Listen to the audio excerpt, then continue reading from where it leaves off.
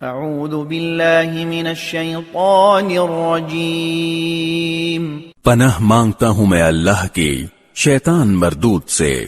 وقال الذين كفروا لا تسمعوا لهذا القرآن والغوا فيه لعلكم تغلبون۔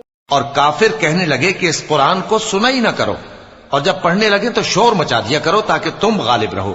فَلَنُذِيقَنَّ الَّذِينَ كَفَرُوا عَذَابًا شَدِيدًا وَلَنَجْزِيَنَّهُمْ أَسْوَأَ الَّذِي كَانُوا يَعْمَلُونَ۔ سو ہم بھی کافروں کو سخت عذاب کے مزے چکھائیں گے اور ان کے برے اعمال کی جو وہ کرتے تھے سزا دیں گے۔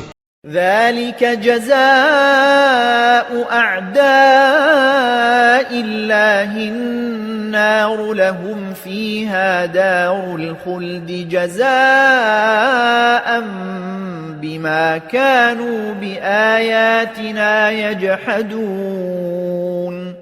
یہ اللہ کے دشمنوں کا بدلہ ہے، یعنی دوزخ، ان کے لیے اسی میں ہمیشہ کا گھر ہے۔ یہ اس کی سزا ہے کہ ہماری آیتوں سے انکار کرتے تھے۔